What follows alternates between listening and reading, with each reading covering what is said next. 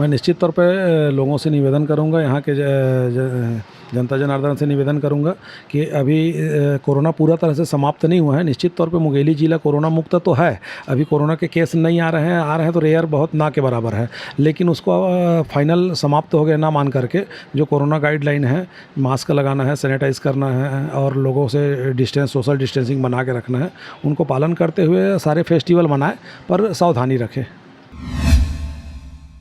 जिम्मेदार लापरवाह अधिकारियों की लापरवाही से नहीं पहुंच रही सरकार द्वारा बनाए गए निर्माण कार्यों की जानकारी। 215 करोड़ रुपए से भी ज्यादा के निर्माण कार्य और लोकार्पण की जानकारी वाले बोर्ड अब तक अपने यथास्थान पर नहीं पहुंचे। देखिए पूरी रिपोर्ट। वैसे तो 2019 में गठित पूर्ण बहुमत वाली सरकार मुंगेली जिला के विकास को लेकर कई और रणनीति तैयार कर उसके लोकार्पण और भूमि पूजन संबंधी कार्यों को लेकर मुख्यमंत्री के आगमन की राह ताक रही थी। कई दफा तारीखों के उतार चढ़ाव के बीच बीते दिनों 3 अक्टूबर को प्रदेश के मुखिया ने मुंगेली जिला में आखिरकार कदम रख ही दिया। तदुपरांत 215 करोड़ से भी ज्यादा की योजनाओं का शिलान्यास और लोकार्पण कर मुंगेली और मुंगेली वासियों को विकास की नई परिगाथा की ओर प्रेषित किया। इस दौरान आपको बता दें कि इन विकास कार्यों की जानकारी जैसे लागत, ठेकेदार, कार्यविधि और तमाम प्रकार की जानकारियां जिस बोर्ड में लिखी जाती हैं, उसे लोकार्पण और शिलान्यास के बाद यथास्थान पर पहुंचाया जाना होता है, जिससे हो रहे निर्माण कार्य की जानकारी आम जनमानस तक आसानी से पहुंचाई जा सके।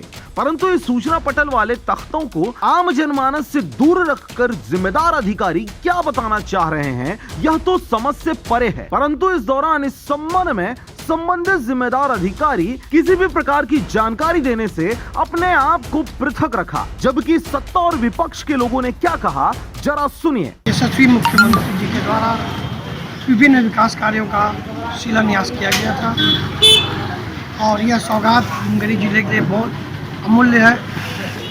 इस सभी पत्थरों को यथावत सभी स्थानों में लगना चाहिए था, लेकिन वह अभी पता चला है कि किसी एक विशेष ऑफिस में रखा हुआ है, जो कि गलत है। इसमें उस समय जो मुख्यमंत्री जी का 1 हफ्ता 10 दिन पहले जो कार्यक्रम हुआ था, उसका जो वर्चुअल जो है किया गया था उद्घाटन जो है वो, तो उसके बोर्ड जो है उसी समय जहाँ पर सभी का नेम प्लेट वाला जो बोर्ड है वो एज इट इज़ एक ही जगह में रखा हुआ है। उसको विकेंद्रीकरण करना है, जो जनपद और जिला पंचायत के माध्यम से जाना है उनको उनके माध्यम से भिजवा दिया जाएगा यथाशीघ्र।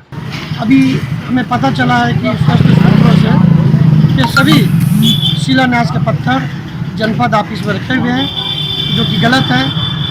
ये अधिकारियों की लापरवाही के चलते यह हमारी सरकार के द्वारा की गई उपलब्धियों का जनमानस तक न पहुँच पाने गलत एक सिस्टम, गलत बात है। मैं इसका निश्चित तौर पर खंडन करता हूँ।